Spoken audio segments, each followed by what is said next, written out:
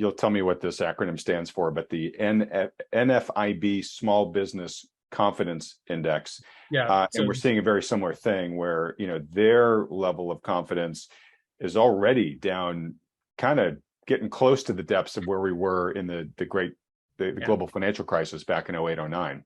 Yeah. So the National Federation of Independent Business, this is a group that is comprised of small to medium-sized businesses around the country. So now a lot of people kind of dismiss the NFIB survey, and they really shouldn't. Small businesses make up roughly about 70% of all the businesses in the country. When you talk about Apple, Google, those guys, that's less than 10,000 companies out of 6 million businesses around the country. Right. And sorry to interrupt, but it's also equally about the same share of the jobs that are out there, right? Very much so. And that's what I was about to say, is that they make up a big chunk of hiring in the U.S. economy. So what small businesses are telling you is much more important to the overall economy than a lot of people give it credit for. And so I've been writing a series of articles in 2019. Those same signals were coming off, suggesting a recession. I wrote an article in October of 2019. Now, remember, this is where the Fed is now doing a backdoor bailout through reverse repo of hedge funds. Nobody was expecting a recession. And I wrote an article saying, look, the NFIB is telling you a recession's coming within the next 6 months. And that was in October. So, here we are in March, then we have the shutdown of the economy. We're in a recession, and everybody goes, oh, it was the pandemic that caused it. Yeah, the pandemic was the trigger that caused the recession. But the recession was already coming. It's just, it hadn't matured yet. And what it needed was a trigger event. Right. The deteriorating conditions were there. Yeah. So, it's kind of like, think about this. If the economy was really booming strongly in February of 2020, we're firing on all cylinders, right? We're running 4% economic growth. We got things just booming, right? And this pandemic hits. And even if we did shut down the economy, we would have had a recession probably, because you shut down the economy, but it probably wouldn't have been near as bad, right? Because the economy really was strong. But we went into that, the economy already had a sickness.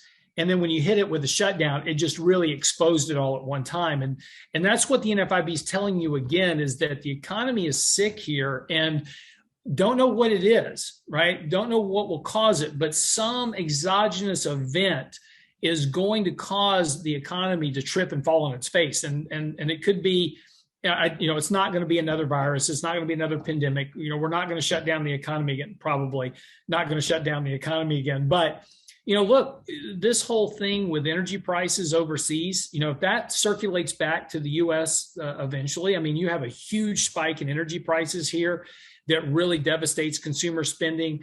And I'm just making stuff up right now because, the point is, a war with Taiwan breaks out. It could be anything, but the issue is that it's always something that's unexpected. The market's pricing in Fed rate hikes. The market's pricing in tightening balance sheets. The market's trying to price in, economic weakness. The market's trying to price in what it already knows about. The thing that gets the market every single time, right, is something unexpected. Go back to 2008. The economy was in a recession where we're slowing down, we're in a bear market.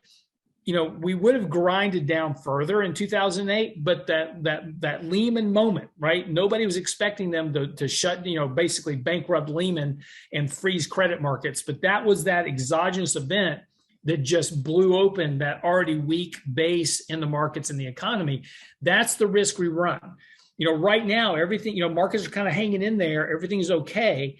And as long as we don't have some exogenous, credit-related event, markets will probably try to hang in there.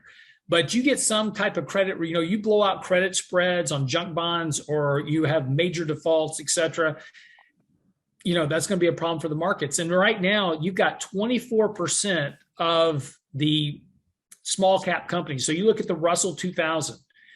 24% of those companies are what we call zombie companies. They're basically living on cheap debt, and interest rates are going up, which means debt's not cheap. And it's not cheap anymore. And when they have to refinance, if there's a refinancing problem, that's a risk to the markets that we're not really paying much attention to.